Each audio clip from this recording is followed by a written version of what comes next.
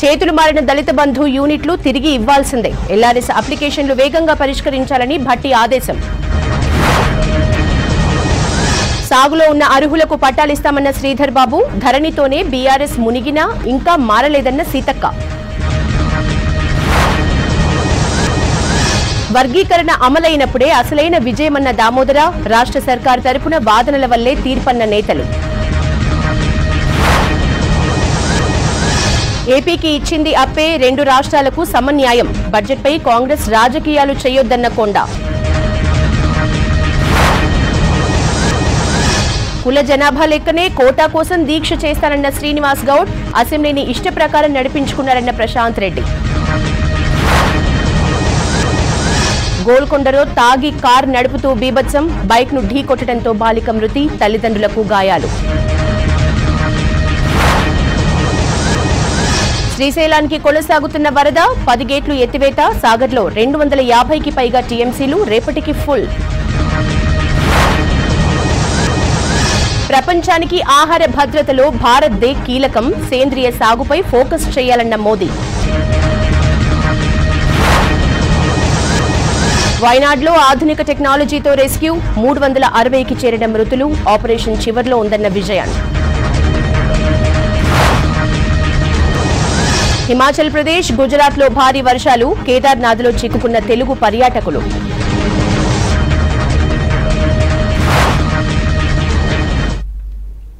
News junction details చూద్దాం. America, దక్షిణ కొరియాలో 10 రోజుల పాటు పర్యటించనున్నారు సీఎం రేవంత్. రాష్ట్రానికి పెట్టుబడులే లక్ష్యంగా పలు కంపెనీలతో ఒప్పందం చేసుకోనున్నారు. ఇటు ఆయా శాఖలపై వరుస రివ్యూలు చేశారు మినిస్టర్స్. ఎల్ఆర్ఎస్ పై త్వరగా నిర్ణయం తీసుకోవాలని కలెక్టర్లకు భట్టి విక్రమార్క ఆదేశాలు జారీ చేశారు. భూపాలపల్లిలో పర్యటించిన మంత్రులు సీతక్క, శ్రీధర్ బాబు పలు అభివృద్ధి కార్యక్రమాలకు శ్రీకారం చుట్టారు.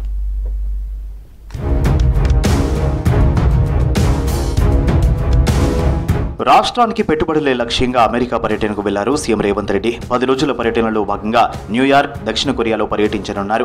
ఇవాళ తెల్లవారుజామున శంషాబాద్ ఎయిర్పోర్ట్ నుంచి సీఎం రేవంత్ రెడ్డితో పాటు అధికారులు అమెరికా వెళ్లారు. ఈ నెల 14న తిరిగి హైదరాబాద్ చేరుకోనున్నారు. 10 రోజుల పర్యటనలో భాగంగా పారిశ్రామిక దిగ్గజాలతో 52 సమావేశాల్లో రేవంత్ రెడ్డి పాల్గొననున్నారు.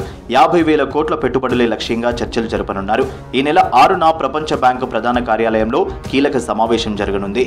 ఇందులో మూసీ ప్రక్షాళన తో పాటు పలు కీలక ప్రాజెక్టులపై సీఎం బృందం వివరించనుంది.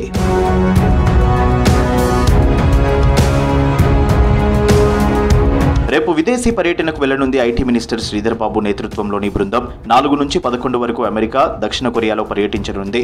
సీఎం రేవంత్ రెడ్డి పర్యటనకు సంబంధించి మంత్రి శ్రీధర్ బాబు సెక్రటేరియట్లో సమీక్ష నిర్వహించారు. అమెరికా పర్యటనకు సీఎం రేవంత్ రెడ్డితో కలిసి ఒక బృందం ఉదయం బయలుదేరి వెళ్లగా, మంత్రి శ్రీధర్ బాబుతో కలిసి మరికొందరు అధికారుల బృందం రేపు అమెరికాకు బయలుదేరనుంది. పెట్టుబడులను ఆకర్షించడం ప్రధాన లక్ష్యంగా ఈ 2 దేశాల్లో పర్యటనలు జరుగుతాయి.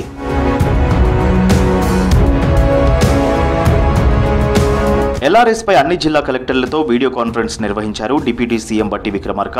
ఖమ్మం పర్యటనలో ఉన్న ఆయన జిల్లా కలెక్టరేట్లో సమావేశం నిర్వహించారు. ప్రజలకు ఇబ్బంది లేకుండా ఎల్ఆర్ఎస్ పై త్వరితగతిన నిర్ణయాలు తీసుకోవాలని అధికారులకు ఆదేశాలు జారీ చేశారు. ఇప్పటికే పెండింగ్ లో ఉన్న 25 లక్షల దరఖాస్తులను వీలైనంత త్వరగా పరిష్కరించాలన్నారు. దరఖాస్తుల పరిష్కారానికి అవసరమైన అదనపు సిబ్బందిని డిప్యూటేషన్ ద్వారా అవుట్సోర్సింగ్ విధానంలో తీసుకోవాలని స్పష్టం చేశారు భట్టి.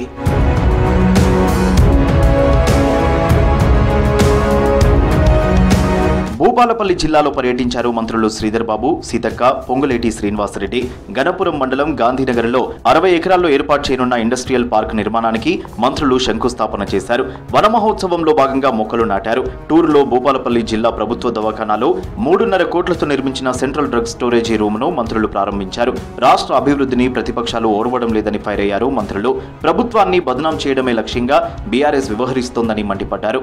కాంగ్రెస్ పార్టీ అధికారంలోకి వచ్చిన తెల్లారి నుండే అధికారం పోయినటువంటి అక్కస్తోటి, వాళ్ళు ప్రజల కోసం కాదు మాట్లాడేది, అధికారం పోయినటువంటి అక్కస్తోటి 10 ఏళ్లు తెలంగాణ ఉద్యమంలో యువతనంతా ఉపయోగించుకున్నారు.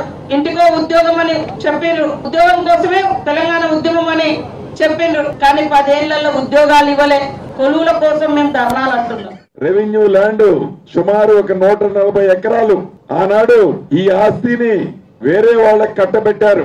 ఆ కట్టబెట్టిన ఆస్తిని నేను మంత్రి అయిన మొదటి 10 రోజుల్లోనే వచ్చి ఎట్టి పరిస్థితుల్లో దాన్ని క్యాన్సిల్ చేయాలన్నాని నాతో సంతకం పెట్టించుకొని క్యాన్సిల్ చేసి ఈ భూమిని మీ అందరికీ ఉపయోగపడే విధంగా ఈ రోజు ఈ ప్రభుత్వం నిర్ణయించడం జరిగింది. ఈ తెలంగాణ రాష్ట్రంలో ఉన్న అన్ని ప్రాంతాలకు న్యాయం జరగాలి అనే ఒక సంకల్పనతో భూములు కోల్పోయినా, ఇల్లు కోల్పోయినా, ఉపాధి కోల్పోయినా భూములు ఇచ్చిండ్రు. నీరు తీసుకొచ్చిన సందర్భంలో మేము అడిగినాం, ఈ ప్రాంతానికి సంబంధించిన ప్రజలు అడిగిండ్రు. ఈ ప్రాంతానికి నీరు అందియమంటే ఒక్క చుక్క నీరు లేదు అక్కడి నుంచి. ఆర్థిక వ్యవస్థ ఏ ఒక్క వర్గం చేతిలో ఉండొద్దని, అది దేశానికి ప్రమాదకరమన్నారు మంత్రి దామోదర్ రాజనరసింహ. మాదిగల రిజర్వేషన్పై సుప్రీంకోర్టు తీర్పు చారిత్రాత్మకమన్నారు. ఇప్పుడే ఆట మొదలైందని చెప్పారు. తీర్పును అమలు పరుస్తామన్న రేవంత్ రెడ్డికి మాదిగ జాతి రుణపడి ఉంటుందన్నారు దామోదర్ రాజనరసింహ. మొన్న జూలై 31వ తేదీన వచ్చిన సుప్రీంకోర్టు తీర్పు ఒక చారిత్రక తీర్పు. ఆ తీర్పుపై వెనువెంటనే తెలంగాణ కాంగ్రెస్ ప్రభుత్వం స్పందించడము, ముఖ్యమంత్రి గారు ప్రత్యేకంగా ఒక ప్రకటన చేయడము, సుప్రీంకోర్టు తీర్పుని తెలంగాణ ప్రభుత్వము, కాంగ్రెస్ ప్రభుత్వం మేము ఇంప్లిమెంట్ చేస్తాము, రాబోయే కాలంలో నోటిఫికేషన్లు కూడా న్యాయం చేసే దిశగా మా ప్రయత్నం ఉంటది అని ముఖ్యమంత్రి గారు తెలియజేయడము, వారికి ఈ జాతి ఇప్పుడు రుణపడి ఉంటది. కరీంనగర్ జిల్లా చిగురుమామిడి మండలంలో పర్యటించారు మంత్రి పొన్నం ప్రభాకర్. గ్రామాల్లో పర్యటిస్తూ ప్రజల సమస్యలు అడిగి తెలుసుకున్నారు. సమస్యలను మంత్రి దృష్టికి తీసుకురాగా త్వరలోనే పరిష్కరిస్తామని వారికి హామీ ఇచ్చారు పొన్నం ప్రభాకర్. చిన్న ముల్కనూరులోని రోడ్డు పక్కన నాటేస్తున్న మహిళలను కలిశారు మంత్రి. రుణమాఫీ అయ్యిందా లేదా అడిగి తెలుసుకున్నారు. ఏమైనా సమస్యలుంటే తనకు చెప్పాలని వారికి సూచించారు మంత్రి పొన్నం.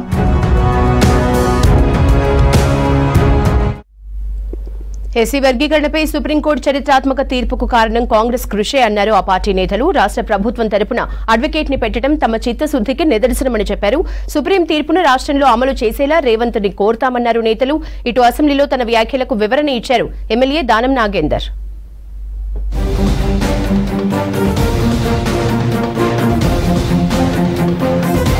ఎస్సీ వర్గీకరణ విషయంలో సుప్రీంకోర్టు తీర్పు హర్షణీయమన్నారు ఎమ్మెల్యే కడియం శ్రీహరి. తాను కూడా దండోరా ఉద్యమంలో పాల్గొన్నానని తెలిపారు. వర్గీకరణ కోసం పోరాటం చేసిన మాదిగ దండోరా, ఎంఆర్పీఎస్ నాయకులకు అభినందనలు చెప్పారు కడియం.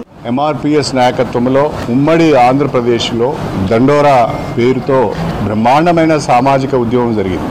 ఉద్యమం ప్రారంభమైన మొదటి రోజు నుండి తీర్పు వెలువడిన ఆగస్టు 1, 2024 వరకు కూడా ఆ ఉద్యమం వెంట నేనున్నాను. దండోరా ఉద్యమానికి అన్ని రకాలుగా నా సహాయ సహకారాలు అందజేస్తూ వచ్చాను.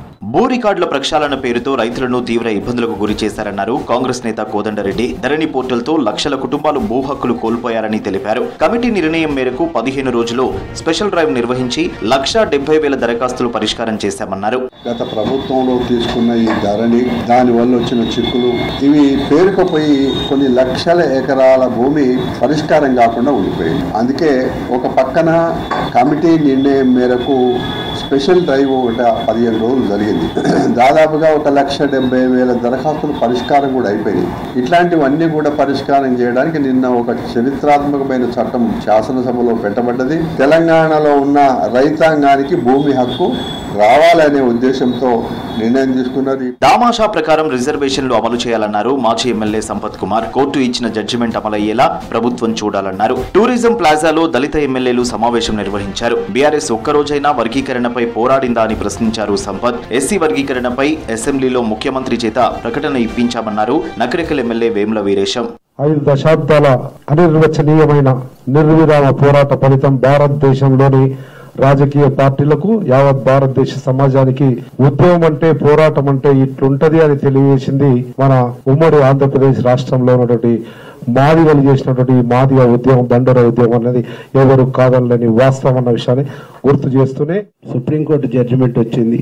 లీగల్ గా ఏదన్నా అంశాలు ఉంటే, ఏదైనా సమస్య ఉంటే దామోదరం రాజనరసింహ గారు మన మంత్రి గారు ఉన్నారు. వారు అడ్వకేట్ జనరల్ సహకారం తీసుకొని అడ్వకేట్ జనరల్ యొక్క కోఆర్డినేషన్ లో లీగల్ సమస్యలు ఏమైనా ఉంటే దాని మీద వారు ముందుకెళ్తారు.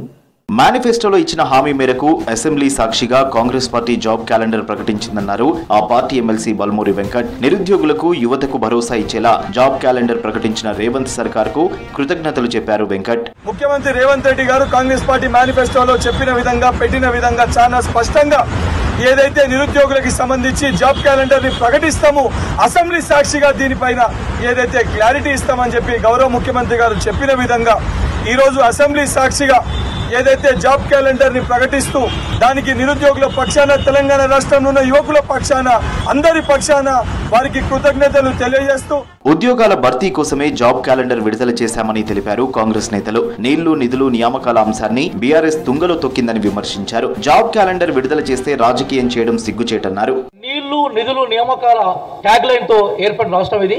ముల్కీ ఉద్యమ పునాదుల మీద తెలంగాణ రాష్ట్రం ఏర్పడింది. కానీ గతంలో ఈ రాష్ట్రాన్ని పరిపాలించిన టీఆర్ఎస్ ఏలియాస్ బీఆర్ఎస్ కనీసం జాబ్ క్యాలెండర్ అనే మాటను ఎక్కడ ఉచ్చరించలేదు. మీరు ఇచ్చిన ఉద్యోగాలు కూడా లీకేజీలు, ప్యాకేజీలతోటి ఎన్ని జీవితాలు డ్యామేజ్ అయిపోయినాయి, ఎంతమంది నిరుద్యోగులు ఆత్మహత్య చేసుకున్నారు. పబ్లిక్ సర్వీస్ కమిషన్ మేము మార్చిన తర్వాత, ప్రక్షాళన చేసిన తర్వాత ఈ బృందం కేరళకు అధ్యయనం చేసింది. అసెంబ్లీలో కామెంట్స్ పై వివరణ ఇచ్చారు ఖైరతాబాద్ ఎమ్మెల్యే దానం నాగేందర్. తాను మాట్లాడింది హైదరాబాద్ భాషేనన్నారు. బీఆర్ఎస్ సభ్యులు సీఎం రేవంత్ తో పాటు తనని కించపరిచేలా మాట్లాడటం వల్లే సహనం కోల్పోయి మాట్లాడానని చెప్పారు. ఖైరతాబాద్ నియోజకవర్గంలో ప్రభుత్వ పథకాల లబ్ధిదారులకు చెక్కులు పంపిణీ చేశారు దానం. దానికి వారు అడ్డుపడ్డారు కాబట్టి ఆవేశంగా మాట్లాడడం జరిగింది. దానికి మరి ఒకసారి కూడా నేను చెప్తా ఉన్నాను, ఇలాంటి వ్యవహారం మీరు చేయకూడదు. అవకాశం వచ్చినప్పుడు మీ అవకాశాన్ని తీసుకొని ప్రజల ముందు, ప్రజలకు కావాల్సినటువంటిది గ్రేటర్ హైదరాబాద్ యొక్క బ్రాండ్ ఇమేజ్ ఉండే, నేను బ్రాండ్కి సంబంధించిన సమస్యలు ఉండే, అది మాట్లాడకుండా పోయారు కాబట్టి ఆ ప్రక్రియని మీరు ఆపేటువంటి కుట్ర చేశారు కాబట్టి మేము అలా మాట్లాడాలి. ప్రజాప్రతినిధుల మాటలను వక్రీకరించి దుష్ప్రచారం చేస్తున్న వారిపై కఠిన చర్యలు తీసుకోవాలని సైబర్ క్రైమ్ పోలీసులకు ఫిర్యాదు చేశారు ప్రభుత్వ whip Dornakal MLA Ramachandar Nayak. Social మీడియాలో కావాలని తప్పుడు ప్రచారం చేసే వారిపై కఠినంగా వ్యవహరించాలన్నారు. ప్రముఖ భరతనాట్య కూచిపూడి నర్తకిగా పేరు పొందిన యామిని కృష్ణమూర్తి కన్నుమూశారు. అనారోగ్యంతో కొంతకాలంగా బాధపడుతున్న ఆమె ఢిల్లీలోని అపోలో హాస్పిటల్లో చికిత్స పొందుతూ శనివారం తుది శ్వాస విడిచారు. 1940లో మదనపల్లెలో జన్మించారామె. యామినికి 1968లో పద్మశ్రీ, 2001లో పద్మభూషణ్, 2016లో పద్మవిభూషణ్ పురస్కారాలతో కేంద్ర ప్రభుత్వం సత్కరించింది. గతంలో తితిదే ఆస్థాన నర్తకిగా కూడా ఆమె సేవలందించారు. ఢిల్లీలో యామిని స్కూల్ ఆఫ్ డాన్స్ ని స్థాపించి నృత్యంలో ఎంతో మందికి శిక్షణ ఇచ్చారు. ఏ ఫ్యాషన్ ఫర్ డాన్స్ పేరుతో పుస్తకాన్ని రచించారు.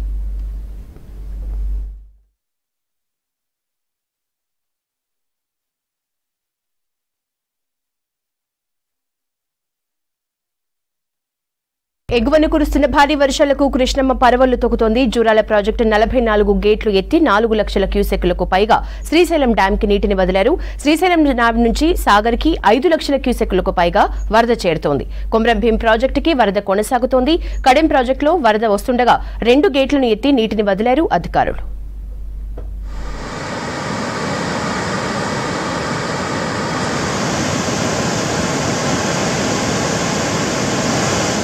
శ్రీశైలం ప్రాజెక్టుకు ఇన్ఫ్లో 4,54,710 క్యూసెక్లు ఉండగా అవుట్ఫ్లో 5,26,858 క్యూసెక్లు సాగర్కు వదులుతున్నారు. శ్రీశైలం ప్రాజెక్టు పూర్తి స్థాయి నీటి మట్టం 885 అడుగులు కాగా ప్రస్తుత నీటి మట్టం 883.80 అడుగులకు చేరింది.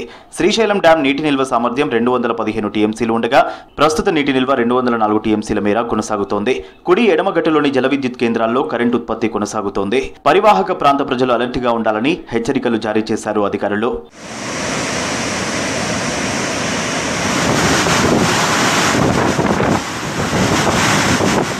నాగార్జున సాగర్ ప్రాజెక్టుకు భారీగా వరద కొనసాగుతోంది. ఇన్ఫ్లో 5,24,868 క్యూసెక్లు ఉండగా అవుట్ఫ్లో 39,741 క్యూసెక్లుగా ఉంది. ప్రాజెక్టు పూర్తి స్థాయి నీటి మట్టం 590 అడుగులు కాగా ప్రస్తుత నీటి మట్టం 565 అడుగులకు చేరింది. పూర్తి స్థాయి నీటి నిల్వ సామర్థ్యం 312 టీఎంసీలకు ప్రస్తుతం 244 టీఎంసీల నీరు చేరింది.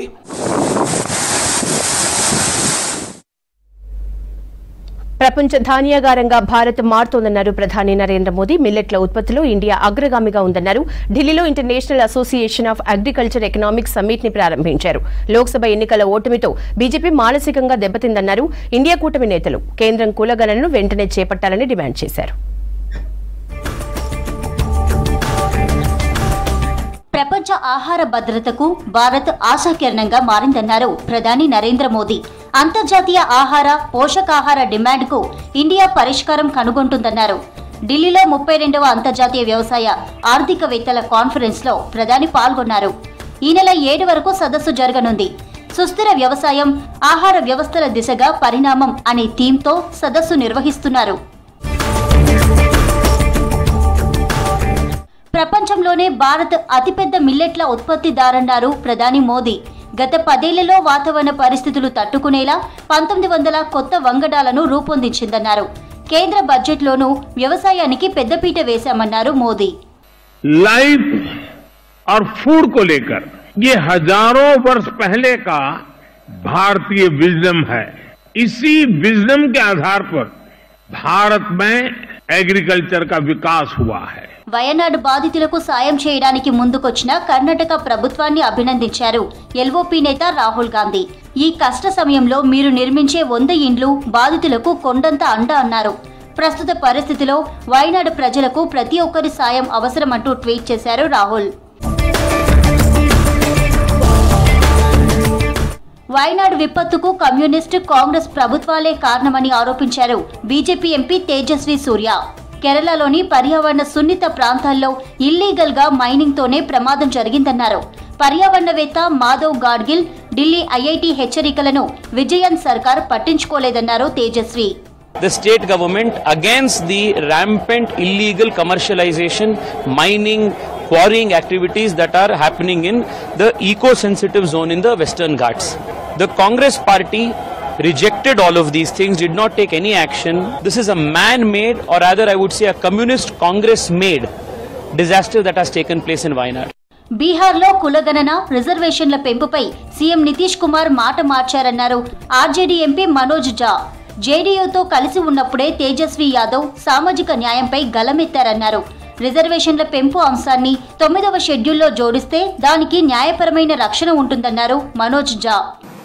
कोई एक असत्य बोल रहा, या तो नीतीश जी ने वो प्रपोजल नहीं भेजा, और अगर वो प्रपोजल भेजा तो यहां कोई कार्रवाई नहीं हुई, तो कहीं ना कहीं इसमें एक बहुत बड़ी विसंगति है. उस संदर्भ में कल नेता प्रतिपक्ष तेजस्वी जी ने లోక్సభ ఎన్నికల ఓటమితో బీజేపీ మానసికంగా దెబ్బతిందన్నారు శివసేన యూబీటీ ఎంపీ సంజయ్ రౌత్. మహారాష్ట్రలో రాజకీయాలను రోజురోజుకు దిగజార్చుతున్నారని విమర్శించారు. మాజీ మంత్రి అనిల్ దేశ్ముఖ్ పై బీజేపీ వాళ్లే సచిన్ వాజేతో ఆరోపణలు చేయిస్తున్నారని ఆరోపించారు సంజయ్ రౌత్. अनिल देशमुख 7 बार की विधायक है, अभी भी है, नेता है एक पार्टी का. उनको फंसाएगा, उनको बोलने का अधिकार है, वो बोल सकते हैं, लेकिन उनको जवाब देने के लिए आपको एक टेररिस्ट का सहारा लेना पड़ रहा है बीजेपी को. ये आपकी हार है. అయోధ్య గ్యాంగ్ రేప్ కేసు నిందితులను కఠినంగా శిక్షించాలన్నారు ఎస్పీ చీఫ్ అఖిలేష్ యాదవ్. దోషులు ఎంతటి వారైనా చట్ట ప్రకారం చర్యలు తీసుకోవాలన్నారు. డిఎన్ఏ టెస్టుల తర్వాత ఆరోపణలు అవాస్తవమని తేలితే అధికారులను కూడా వదిలిపెట్టొద్దంటూ ట్వీట్ చేశారు అఖిలేష్. అత్యాచార ఆరోపణలు ఎదుర్కొంటున్న ఎస్పీ నేత అక్రమ నిర్మాణాల కూల్చివేతను సమర్థించారు బీఎస్పీ అధినేత మాయావతి. కులమత రాజకీయాలకు అతీతంగా విచారణ జరగాలన్నారు. గతంలో అఖిలేష్ ప్రభుత్వం నిందితులకు ఎన్ని డిఎన్ఏ టెస్టులు చేసిందో చెప్పాలన్నారు మాయావతి.